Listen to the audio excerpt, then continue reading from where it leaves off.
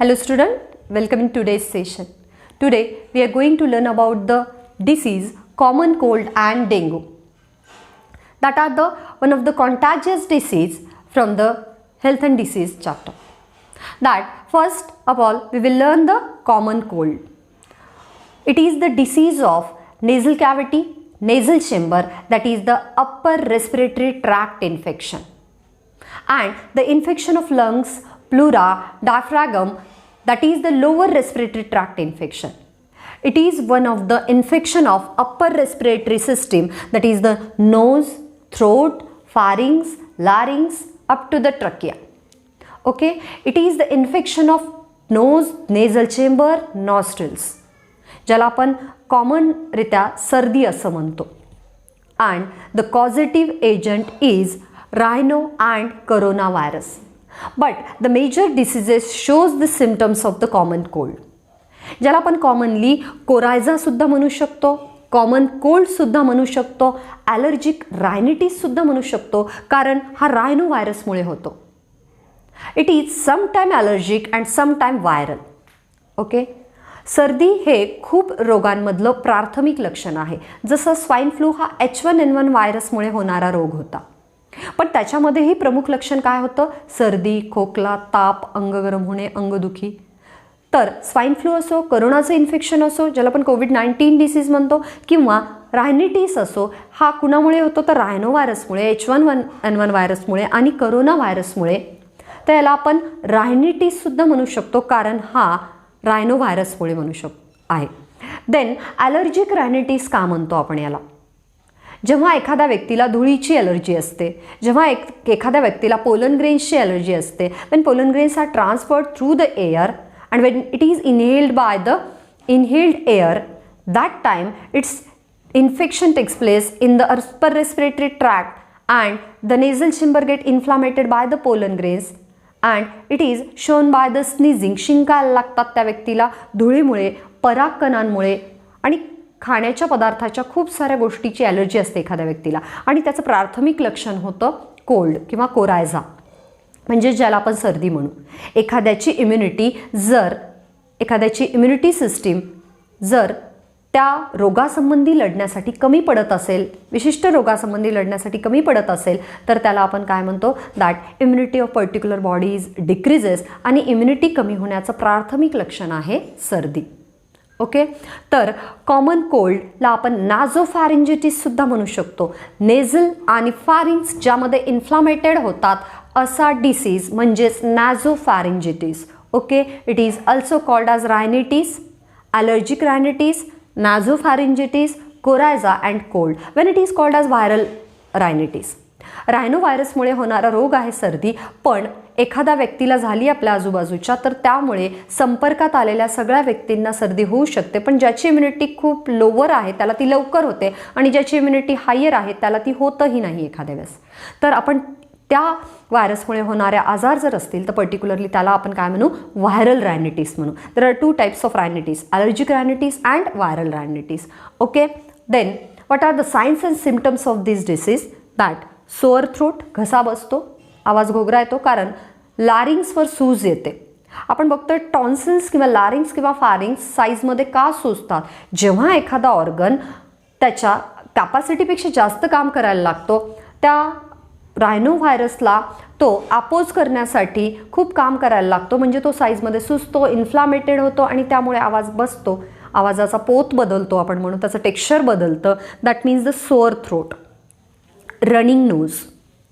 The cough, it is secreted by the pharynx and laryngeal area. It is also secreted by the alveolar sacs, bronchital area, and that particular mucus secretion, it is the indication of bacterial viral infection in the upper respiratory tract. आणि जेव्हा नाकातून पाणी गळतं किंवा कफ तयार होतो घशामध्ये, हे प्राथमिक लक्षण असतं की त्या व्हायरसला कॅप्चर करण्यासाठी, बॅक्टेरियाला कॅप्चर करण्यासाठी शरीरातलं म्युकसचं प्रमाण, अप्पर रेस्पिरेटरी ट्रॅक्टमधलं म्युकसचं प्रमाण वाढतं. Okay, there is increase in the cough secretion, there is increase in the that mucus secretions in the upper respiratory tract, and it is indicated by the running nose and fever also. Rhino व्हायरसचं infection झालं आहे, corona व्हायरसचं infection झालं आहे, तर त्या व्हायरसला oppose करण्यासाठी. व्हायरसला जीवन नसतं म्हणजे त्याला आपण मारू शकत नाही. But virus is having the two main parts in the structure, outer protein coat and inner genetic material. That outer protein coat, it is dissolved in the fatty acid.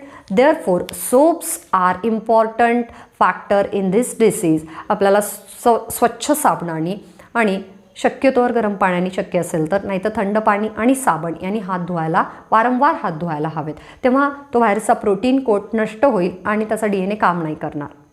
Okay, that particular science and symptoms are sore throat, running nose and fever. ताप येतो. ताप हे प्राथमिक लक्षण आहे. जेव्हा आपलं शरीर गरम होईल तेव्हा ते व्हायरसेस थोडे डिॲक्टिवेट होतील. देन स्नीझिंग, शिंका येणं. That outflux of the air, outflux of that particular viruses, bacteria and the mucus through out our nose, that is called as sneezing. त्याला आपण शिंक येणे म्हणतो. कंजेशन, म्युकस सिक्रेशन वाढलं, पाण्याचं सिक्रेशन वाढलं की आपला एअर पॅसेज ब्लॉक होतो, जो आपला ॲल्व्ह्युलर सॅक्सपर्यंत एअर न्यायला लागतो. ओके, दॅट मीन्स कंजेशन, नाक चोंदणे असं म्हणतो आपण मराठीत त्याला. Okay, then conjunctivitis, the conjunctiva of the eye, डोळ्यांच्या कडा ह्या खाजायला लागतात, लाल होतात, डोळ्यांना सुद्धा ॲलर्जी होते. डोळा, चेहऱ्याची त्वचा खाजायला लागते, घसाला खाज सुटते, टाळूला खाज सुटते, डोकं दुखायला लागतं. हे प्राथमिक लक्षण आहेत कुठे? कॉमन कोल्डमध्ये. Okay, that conjunctivitis means the inflammation of the conjunctiva of the eye indicated by the red eyes. Okay, then that muscle rashes, loss of appetite and the fatigue and headache. त्वचेवर rashes यायला लागतात लाल, म्हणजेच मसल्सवर rashes येतात, लाल खाज सुटते, loss of appetite, भूक लागेनाशी होते, डोकं दुखायला लागतं आणि खूप थकवा येतो. बॉडीची इम्युनिटी सिस्टम लो डाऊन होते, त्यामुळे खूप थकवा येतो. Next, what is the prevention and control? Again, the major prevention and controlling measure in the COVID-19 infection, that wash your hands constantly with the very short time intervals for the 20 seconds with the soaps. स्वच्छ पाण्याने आणि साबणाने हात धुतले पाहिजेत 20 सेकंदासाठी, अर्ध्या तासानंतर, किंवा जेव्हा आपण काही खाऊ त्याच्यापूर्वी, किंवा जेव्हा आपण टॉयलेटचा यूज करू त्यानंतर नेहमी हात धुतले पाहिजेत स्वच्छ पाण्याने आणि साबणाने. यूज अल्कोहोल बेस्ड सॅनिटायझर्स, म्हणजे जेणेकरून व्हायरसेस हातावेगळे होतील आणि त्यांचा प्रोटीन कोट त्यामध्ये काय होईल? विरघळून जाईल. Therefore the rhino and corona virus infection get lower down. Then keep the social distancing with the person which are having the allergic or the viral rhinitis. ज्यांना सर्दीचा त्रास आहे त्यांच्यापासून कायम काही अंतरावर राहणे हा एक त्यापैकी उपाय असू शकतो. Do not use the utensils, do not use the towels or handkerchiefs use by the infected person. ज्या व्यक्तीला सर्दी होतात त्यांचे रुमाल, त्यांचे टॉवेल्स किंवा भांडे न वापरणं हे एक त्यात प्रिव्हेन्शन अँड कंट्रोलिंग मेजर्स ठरू शकतं. Okay, this is about the common cold. Next disease that we will see, that is the dengue. Dengue हा डासांद्वारे पसरला जाणारा आजार आहे. Okay, but it is an viral disease. It is the disease or the fever caused by particularly virus, but that virus it is transferred by the aedes type of mosquito.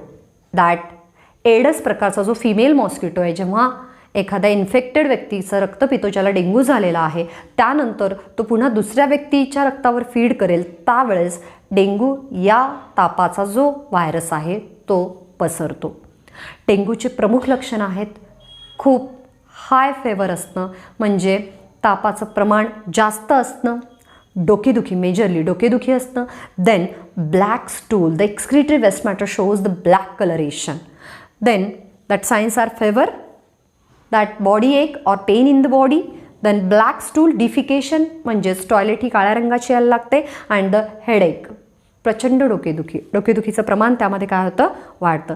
It can not spread normally, तो पसरत नाही. But तो कसा पसरतो? It is spread from the mosquito bite. तो person to person पसरत नाही, पण तो मॉस्किटो बाईटमुळे पसरतो.